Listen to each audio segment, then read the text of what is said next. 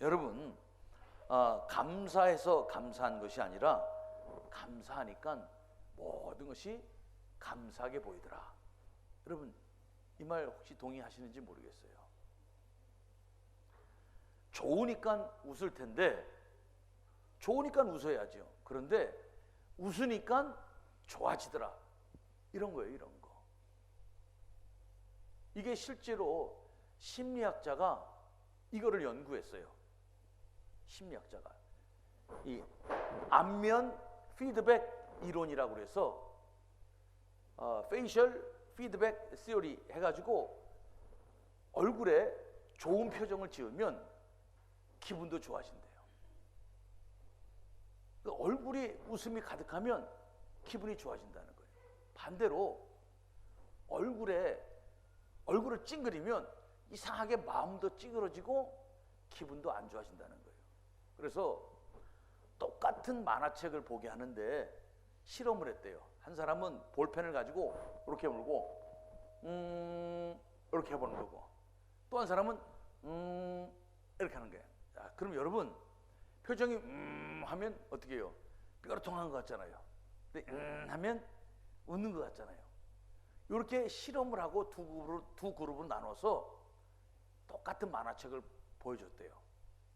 그 만화책을 보고 만화책이 재미있느냐고 물어봤더니 하고 한 사람은 별로 재미없었다고 그러고 하고 본 사람은 재미있었다고 그래요. 이걸 심리학에서 실제로 이론으로 만들어냈어요. 예배 때도 하고 예배드리면 은혜가 되고 행복할 줄로 믿습니다. 하고 예배드리면 아무리 귀한 말씀도 안 들어오는 거예요. 한번 해보세요. 옆에 좀 쳐다보세요. 하고 있는가? 예, 오늘은 바울이 우리에게 이렇게 말씀하고 있습니다. 주 안에서 기뻐하십시오. 기뻐하십시오. 주 안에서 기뻐하십시오. 왜 기뻐하라고 얘기할까요? 첫째는 이거예요. 우리는 하나님의 구원받은 백성이라고 하는 거예요. 이 구원은 누구도 빼앗아갈 수 없는 거예요. 바울은 비록 감옥에 있어도 여러분들이 기도해주고 여러분들이 염려해주시고 또 하나님의 은혜가 있어서 나를 이 감옥에서 구해내실 수도 있습니다. 그러나 설령 그렇지 않아도 나는 기뻐합니다. 왜? 하나님의 특별한 구원의 은혜가 내게 있는데 이것은 감옥에 있어도 누가 빼앗아갈 수 없는 것이라고 하는 거죠. 내 환경이 아무리 힘들고 어려워도 여러분 이 구원의 감격은 누구도 빼앗아갈 수 없다라고 하는 거예요. 그래서 바울은 기뻐한다라고 얘기를 하는 거예요. 여러분 세상에서 조금 힘들고 세상에 조금 일이 안 돼도 그래 우리에게는 하나님의 특별한 구원의 은혜가 있어. 우리는 저 하나님 나라에서 받을 기쁨과 또 상과 영원한 복락이 있어. 이거 믿고 극복해내는 게, 이겨내는 게, 살아가는 게 그리스도인인 줄로 믿습니다. 이게 바울의 기쁨의 이유예요. 또 하나는 바울은 자기를 통해서 이루신 하나님의 역사가 어찌됐건 이루어져 가는 것을 보고 기뻐하는 거예요. 여러분 각자 하나님께서 부르신 부름의 자리가 있을 것입니다. 여러분 그 부름의 자리를 통해서 하나님이 원하시는 일들이 이루어져 간다면 내가 어찌되었건 기뻐할 수 있어야 한다고 하는 거예요. 바울은 비록 감옥에 있지만 이것으로 인해서 사람들이 내게 뭐 해코지를 하고 뭐 시기심을 부르고 뭐 자기가 더 잘난 척 하려고 하고 어떤 모양으로 해도 어찌됐건 나를 통해서 이루신 하나님의 뜻이 뭐예요? 복음이라고 하는 거예요. 복음이 전파되는 거예요. 그것이 이루어지는 것을 보고 바울은 기뻐한다라고 하는 거예요. 같이 해볼까요? 내가 조금 손해봐도 복음이 이루어지면 나는 기뻐합니다. 확실히 애들이 있으니까 생기가 도네요. 그러죠? 여러분 이거예요. 우리가 세상 살면서 조금 힘들고 어려운 일이 벌어져도 내가 이것을 어떻게 극복하는 모습을 누군가 바라보고 나를 통해서 저 사람 보니까 진짜 복음이 있구나라는 것을 느낄 수 있다면 내가 조금 손해봐도 기뻐할 수 있는 우리의 신앙이 되어야 한다라고 하는 거죠. 또 하나는 바울은 자기가 개척한 빌립보 성도들이 그 교회의 본 모습 복음을 위하여 온 성도들이 함께 참여하고 복음을 위하여 살아가는 이야기를 들으니까 너무 기뻐한다는 거예요. 교회의 모습이 뭘까요? 교회의 본질이 뭘까요? 주님을 머리 삼고 우리 교회는 주님의 몸이 되어서 우리는 각 지체가 되어서 주님이 행하시는 일들이 우리를 통해서 이루어져 가야 할 줄로 믿습니다. 그래서 그 이루어가자는 마지막 목적 뭐예요? 이 하나님이 우리를 사랑하신다고 하는 이 하나님의 놀라운 구원의 역사, 구원의 사랑이 다시 말하면 복음이 전파되어 가는 거예요. 교회가 그렇게 성장해 가는 모습을 보고 기뻐한다라고 하는 거죠. 그 외에도 바울이 기뻐하는 이유는 너무도 많은 거예요. 비록 그가 감옥에 있어도 기뻐하는 거예요. 감옥에 있어도 정말 기뻐하는 거예요. 주님 생각하고 주님 바라보니까 그 어떤 것 가운데서도 나는 기뻐할 수 있다. 그러므로 사랑하는 성도님들이여, 주님 바라보고 기뻐하십시오. 사랑하는 성도 여러분, 우리도 주님 바라보고 오늘 잘 이겨낼 수 있기를 축복합니다. 아무리 힘들고 요즘 정말 힘드실 거예요. 뭐 코로나 바이러스로 인해서 너무도 많은 것들이 변하고 있잖아요. 오늘 전사님 기도하신 것처럼, 오늘 전사님 기도 순서가 아니에요. 사실은 우리 박금옥 권사님 기도인데 저 대타로 하셨는데 얼마나 기도 은혜로 이렇게 잘하셨는지 몰라요. 여러분 그 기도 가운데 나왔잖아요. 이 세상이 너무도 일상이 많이 변하고 있어요. 아마 장사하시는 분들, 우리 이밀람 장로님 말씀 들어보니까 시장에 사람들이 평소에 4분의 1밖에 안 다닌대. 4분의 1. 그러니까 얼마나 많이 힘들겠어요. 그렇죠? 그 외에도 뭐 어마어마하게 많은 생활의 어려움들이 아마 올 것입니다. 사랑하는 성도 여러분, 그래도 주님이 이 모든 것을 다스린다고 하는 오늘 기도처럼 주님의 특별한 은혜를 기다리고 또 주님의 역사를 우리가 사모하며 잘 이겨내시기를 주님의 이름으로 부탁합니다. 예. 이게 우리가 오늘 살아가야 할 모습이에요. 자, 그런데 오늘 바울은 우리에게 특별한 가르침을 주고 있습니다. 우리가 주님 안에서 기뻐하고 기뻐하며 살아가려면 특별히 조심해야 될 것이 있다고 오늘 우리에게 3가지를 말씀하고 있습니다. 그것을 가지고 잠깐 살펴보려고 하는 거예요. 첫째는 이것입니다. 3장 2절에 보면 개들을 삼가라. 개들을 삼가라. 개들. 여기서 말하는 개는 통제가 안 되는 개. 통제가 안 되는 개. 주인의 말을 잘 듣고 주인이 훈련하는 대로 움직이는 그런 개가 아니라 통제가 안 되는 개, 야생의 개, 들개를 말하는 것입니다. 이 개는 길거리를 배회하면서 행인들에게 위협을 가하고 또 질병을 옮기고 그리고 아주 나쁜 분위기를 조성하는 그러한 개들을 말하는 것입니다. 예수님께서는 마태복음에서 이러한 개들을 일컬어 하나님의 진리를 반대하는 자라 이렇게 지칭을 하십니다. 마태복음 7장 6절에 보면 거룩한 것을 개에게 주지 말며 너희 진주를 돼지 앞에 던지지 말라. 저희가 그것을 발로 밟고 돌이켜 너희를 찢어 상할까 염려하라. 이때 개를 예수님께서는 지칭하십니다. 그러니까는 안 좋은 의미의 개라고 하는 거예요. 그런데 오늘 구체적으로는 유대주의자들을 말하는 것입니다.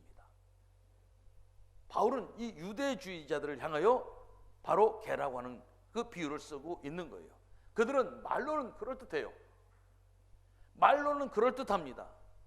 그런데 그들은 결국 십자가의 예수님을 부인하고 예수님께서 핏값으로 세우신 교회를 어지럽히고 교회를 파괴하는 그런 사람들을 오늘 바울은 개라고 이야기를 하고 있는 것입니다. 이 개들에게는, 이 훈련되지 않은 개는, 야생의 개는 아주 분명한 특징이 있어요. 먹거리를 찾아 움직인다는 거예요. 먹을 것을 찾아 움직인다는 거예요. 그래서 먹이만 있으면 어떻게 해요? 물불 가리지 않고 덤벼듭니다. 먹을 것만 있으면 사람들을 공격해 가면서까지도 어떻게 해요? 덤벼드는 거예요. 이게 야생에게 훈련되지 않은 게, 이게 들개라고 하는 것입니다. 자신의 배를 채우기 위해서, 자신의 이익을 채우기 위해서는 앞뒤 가리지 않습니다. 막 덤벼드는 거예요. 예수님께서는 우리에게 특별히 부탁하신, 마지막까지도 부탁하신 명령이 있어요. 그게 뭘까요? 땅끝까지 이르러 주님의 증인이 되라고 하는 거예요. 우리로 하여금 주님의 증인이 되어서 이 복음을 전하라고 하는 거예요. 우리는 이것을 지상 최대 명령으로 여기고 우리는 복음을 위하여 살아갑니다. 그래서 이 복음을 효과적으로 전하기 위해서 우리는 얼마나 많은 노력들을 하는지 몰라요. 여러분, 복음이 그냥 막 전해집니까? 가서 내가 암송한 훈련받은 성경 구절 몇 구절 암송해가지고, 내가 훈련받은 사형리 몇 구절 암송해가지고, 내가 훈련받은 전도 폭발 몇 개 가지고 가서 이렇게 그렇게 얘기하면 전도가 되든가요? 해보신 분 아실 거예요. 전도는 그렇게 되는 게 아니에요. 여러 가지 것들이 많이 어우러져야 돼요. 그 중에 하나는 뭐예요? 특별히 듣는 사람의 마음속에 거부감이 없어야 돼요. 거부감이라는 것이 무엇일까요? 교회에 대한 좋은 이미지예요. 나도 저 교회 이야기 한번 들어볼까? 교회가 어떤 것을 하는 곳인지 한번 드러나 볼까? 이런 마음이 있어야 돼요. 그래서 초기에 선교사들은 우리 기독교를 모를 때 많은 사람들에게 교회가 여러분들에게 도움이 됩니다, 여러분 돕기 위해서 왔습니다, 여러분을 살리기 위해서 왔습니다, 이것을 전해주려고 처음부터 복음을 들이대지 않습니다. 병원을 짓습니다. 그리고 어떻게 해요? 아픈 사람들을 고쳐주고, 가난한 사람들에게 치료해주고, 학교를 짓습니다. 그래서 모르는 사람들에게 가르쳐주면서 그렇게 이미지를 만들어가는 거예요. 그리고 어떻게 해요? 그들에게 차근차근히 복음을 전해주는 거예요. 그래서 지금 대한민국이 그 짧은 세월이지만 어마어마한 선교의 역사를 이뤘고, 오늘도 우리 수요일날 아까 낮에 등대 선교회 또 교회에서 모임을 가졌습니다마는, 여러분, 세계 열방을 향하여 복음을 전하는, 정말 복음을 수출하는 위대한 선교의 큰 나라가 되었다라고 하는 거죠. 복음은 그냥 막 전한다고 되는 것이 아니에요. 거기는 수많은 과정들이 있는 것이고, 그 중에 하나는 교회의 좋은 이미지를 심는 것이 중요한 거예요. 여러분, 개인적으로도 내가 생활을 엉터리로 살면서 가서 복음을 전하면 누가 내 얘기에 귀를 기울입니까? 내 이야기에 귀를 기울이지 않습니다. 내 위에 상사가, 내 위에 높은 사장님이 내게 교회 가자고 얘기를 해도 그 사장님이 내게 평소에 월급도 조금 더 많이 주고, 그렇죠? 시간이 되면 퇴근도 잘 시켜주고, 어려움이 있으면 들어도 주고, 그럴 때 그 사장님이 나 교회 가는데 김 부장 다음 주에 꼭 안 와도 되는데 혹시 다음 주 시간 되면 교회 한번 와. 그러면 어떻게 해요? 한번 신세 졌으니까 가볼까? 이런 마음으로 오는 것 아니겠어요? 이게 바로 우리가 하는 일이라고 하는 거예요. 그러려면 내가 손해도 보고, 내가 양보도 하고, 내가 배려도 해야 될 것이 얼마나 많은지 몰라요. 그런데 걔들은 어떤 사람들이에요? 자기 배를 채우는 사람들이에요. 자기 욕심을 채우는 사람들이에요. 자기 것을 위해서 교회를 이용하는 사람들이에요. 우리가 정말 신앙적으로 주님 안에서 믿음으로 살아가려고 하면, 여러분, 특별히 우리는 이런 것들을 잘 생각해야 돼요. 가야 할 자리가 있고 가지 말아야 할 자리, 만나야 할 사람이 있고 만나지 말아야 할 사람들, 우리가 때로는 잘 분별해야 돼요.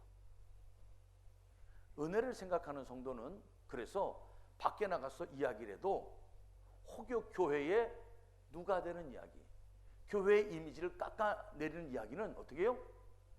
잘 안 하려고 그래요. 저도 가끔 이제 친구들 만나면, 친구들이 대부분 다 목사 아니겠습니까? 목사들을 만나면 어떻게 하다 보면 교회 얘기를 해요. 목사들끼리 만나니까 주로 교회 얘기 할 것 아닙니까? 근데 이제 뭐 치열한 얘기를 하다 보면 또 좀 안 좋은 얘기도 해요. 그런데 이게 자칫 카페나 이런 데서 할 때는 주변을 한번 다시 살펴봐야 돼요. 왜냐하면 우리도 모르게 막 토론하다 보면, 우리도 모르게 막 얘기하다 보면 혹시 안 좋은 얘기인데 어떻게 주변 사람들에게 막 피해가 되기도 하고 들리기도 하는 거예요. 그럼 어떻게 해요? 저 사람들 목사들인데 목사들끼리 앉아서 교회 욕하고 있네? 딱 그런 거예요. 그러면 어떻게 나중에 그 사람들이 아유, 봐, 목사들도 모여서 교회 욕하고 있잖아. 교회 가면 안 돼. 이런 생각 들지 않겠어요? 권사님들이 막 모여서 미장원에 앉아서 머리 막 합니다. 그러죠? 머리 막 하면서 아이고 권사님, 근데 우리 교회 이번에 참 새로운 목사님, 아유 배도 나오고 키도 짧고 팔도 짧고 시끄러워 막 이렇게 나쁜 얘기하면 여러분 어떻게 했어요? 우리 교회 올까요? 안 오잖아요. 그러죠? 근데 빈말에도 우리 목사님 새로 왔는데 야 짧지만 굵고 뭐 이렇게 좋은 뜻으로, 그러죠? 뭐 이렇게 좀 좋은 뜻으로 얘기를 하면 훨씬 좋다는 거예요. 은혜를 생각하는 사람, 선교를 생각하는 사람, 복음을 생각하는 사람은요 덕을 세우는 거예요. 덕스러운 말을 하는 거예요.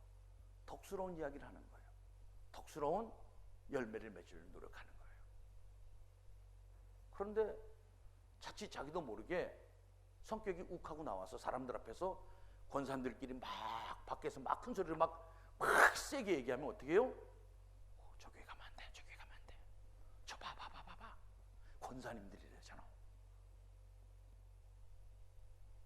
아 죄송합니다, 권사님들만 얘기해서 장로님들이래잖아.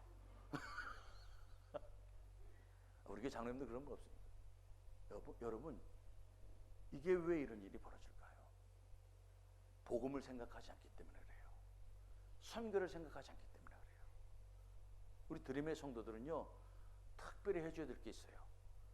아, 내가 하는 말을 정말 새가 듣고 쥐가 듣는다 하는 마음을 가지고, 내가 하는 이야기는 주변의 모든 사람들이 듣는다는 마음을 가지고 덕스러운 이야기를 하시기를 꼭 부탁드립니다. 덕을 세우는 이야기, 좋은 이야기.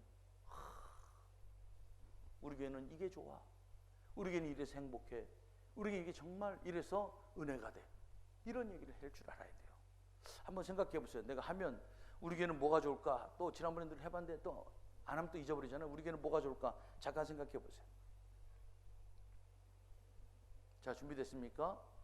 제가 다른 교회 사람이라 얘기를 하고, 자, 우리 드림교회는 이것이 좋습니다 하고 순시간 한번 얘기해 보십니다. 시작. 없어요? 우리 드림교회는 우리 아이들이 너무도 사랑스러워요. 우리 드림교회는 우리 아이들이 너무도 신앙생활 잘해요. 우리 드림교회는 권사님들이 너무도 은혜스러워서 모일 때마다 방긋방긋 웃고 계세요. 우리 교회는 장로님들이 굳은 일 정말 많이 하세요. 우리 교회는 안수 집사님들이 정말 열심히 헌신해서 젊은 집사님들이 요즘 막 으쌰으쌰 하고 있습니다. 여러분 좋은 얘기 너무 많잖아요. 그러죠? 우리 교회는 원로 목사님이 은퇴하시고도 부목사님처럼 정말 섬겨주십니다. 이런 교회는 대한민국 어느 교회도 없습니다. 할 게 너무도 많잖아요. 그렇죠? 여러분 그런 덕스러운 얘기를 하라는 거예요. 그러지 않고 자기의 욕심, 자기의 배, 자기의 것만 생각해가지고 아무 데서나 막 덕을 끼치지 못하고 공격하고 해를 끼치고 나쁜 분위기를 만든 사람들 일컬어 오늘 바울은 뭐라고 그래요? 개들이라고 얘기하는 거예요. 이것은 예수 안 믿는 우리 선조들도 그래서 얘기했습니다. 마음에 안 드는 사람은 뭐라고 얘기해요? XX 새끼라고 얘기하는 거예요. 다 통하는 거예요. 통하는 거. 두 번째로는 이런 자들을 삼가라고 말합니다. 개들을 삼가하고 행악하는 자들을 삼가하라. 행악하는 자들을 삼가하라. 행악하는 자들이란 악한 일꾼들을 말합니다. 악한 일꾼들. 그런데요 여기 일꾼이란 말이 중요한 말이에요. 전문가라는 말이에요. 전문가. 그 사람만이 가지고 있는 특별한 은사가 있습니다. 그 사람만이 가지고 있는 특별한 재주들이 있습니다. 그런데 그 앞에 뭐가 붙어있어요? 악한 전문가라고 하는 거예요. 왜 악할까요? 사랑하는 성도 여러분, 우리는 이렇게 믿습니다. 내게 은사를 주신 것은 주님이라고 믿습니다. 주님이 내게 특별한 뜻이 있어서 은사를 주신 줄로 믿습니다. 그래서 우리는 그 달란트가 은사잖아요. 그 달란트를 잘 활용해서 마지막 주님 앞에 섰을 때 계산할 때 내가 너에게 준 달란트를 가지고 잘 남겼구나, 잘 활용했구나, 이런 칭찬을 드려야 할 줄로 믿습니다. 그런데 이 달란트를 가지고 어떻게 해요? 악하게 썼다는 거예요. 다시 말하면 자기 이름을 드러내는 거예요. 특별한 은사거든요. 그 사람만이 할 수 있는 은사예요. 근데 그것을 가지고 잘난 척하는 거죠. 으스대는 거죠. 그리고 소위 세상 말로 하면 갑질을 하는 거예요. 교회에서도 갑질하는 거예요. 이런 사람들이 교회에 있더라라고 하는 것입니다. 자기들이 돋보이기를 원합니다. 자기들은 특별한 사람인 양 생각을 한다는 것입니다. 사랑하는 성도 여러분, 우리는 무엇을 잘해서 구원받은 사람이 아닙니다. 우리는 특별한 행위를 해서 구원받은 사람이 아닙니다. 우리는 십자가의 은혜, 그 은혜로 말미암아 구원받은 사람인 줄로 믿습니다. 그래서 우리는 일을 할 때 어떤 마음으로 하는 거예요? 은혜 받은 마음으로, 은혜에 감사하는 마음으로 하는 거예요. 주의 일을 할 때는, 주의 일을 할 때는 자랑으로 하는 것이 아닙니다. 내세우려고 하는 것이 아닙니다. 받은 은혜에 감사해서 하는 거예요. 이게 주의 일인 거예요. 특별히 주님이 나에게 목사의 직책을 주셨습니다. 담임 목사, 특별히 저에게 주신 특별한 은혜예요. 그럼 나는 이걸 가지고 갑질해야 되는 것이 아니에요. 이걸 가지고 정말 성도들에게 부끄럽지 않도록 담임 목사의 노릇을 잘 해야 되는 것이에요. 은혜 받은 목사로서 주님이 내게 주신 그 달란트 나중에 잘했다 칭찬받고자 하는 그 마음을 가지고 주님 앞에 섰을 때 내가 어떻게 계산을 받을 것인가 두려워하는 마음을 가지고 잘해야 하는 거예요. 각자 여러분들에게 주신 여러분만의 자리가 있을 거예요. 이것은 나 아니면 못해. 그래서 더 잘해야 되는 거예요. 이건 나 아니면 못해. 그래서 더 감사하는 마음으로 해야 되는 거예요. 나 아니면 못해. 그래서 더 겸손한 마음으로 하는 거예요. 주님이 믿고 그 사람에게 맡겨주신 것 아닙니까? 내가 한번 안 나가볼까? 아마 어려울걸. 내가 안 나가면 교회 아마 힘들 거야. 아유, 내가 안 나가봐야 내가 어떤 존재인지 아마 사람들이 알지 않을까? 혹여 이렇게 생각하는 사람이 있다면 주일학교 애들 수준이에요. 주일학교 애들도 그러지 않을 거예요. 그런데 바울은 우리 빌립보 교회를 향하여 그렇게 말하고 있습니다. 그런 사람들을 여러분 가급적 삼가라. 멀리 하라는 거예요. 멀리 하라는 거예요. 멀리 하라. 같이 해볼까요? 우리는 은혜로 일합니다. 우리는 감사함으로 일합니다. 우리는 겸손하게 일합니다. 이게 우리의 모습이에요. 여러분, 이게 우리의 모습이라고 하는 거예요. 세 번째로는 몸을 상해하는 일을 삼가하라 이렇게 말합니다. 개들을 삼가하고 행악하는 자들을 삼가하고 몸을 상해하는 일을 삼가하라. 몸을 상해하는 일, 이게 무슨 말인가 하면 율법을 주장하는 사람들이에요. 특별히 이것을 할례를 주장하는 사람들을 말하는 거예요. 할례란 게 뭘까요? 할례는 본래 하나님 앞에 생명을 맡기고 하나님의 약속의 은혜를 기다린다, 그런 의미로 받는 게 할례예요. 하나님께 생명을 맡기고 하나님의 구원의 은혜를 내가 기대하면서 거기에 다 드리는 게 이게 할례예요.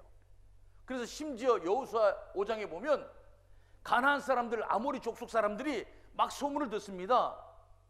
야, 애굽에서 나온 그 이스라엘 민족들이, 그 어마어마한 민족들이 지금 이 가나안 땅을 향하여 쳐들어오고 있어.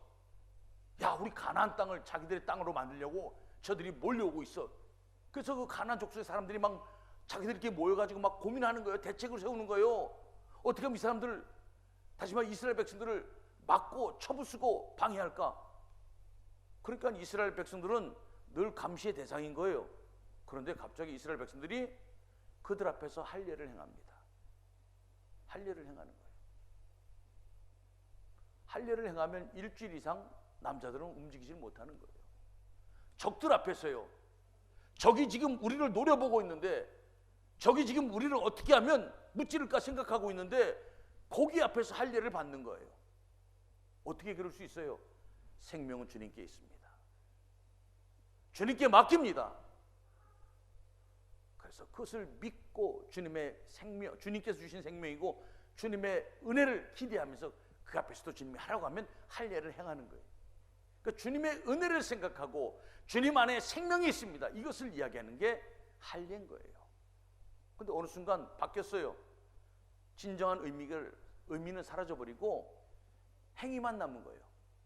형식만 남은 거예요.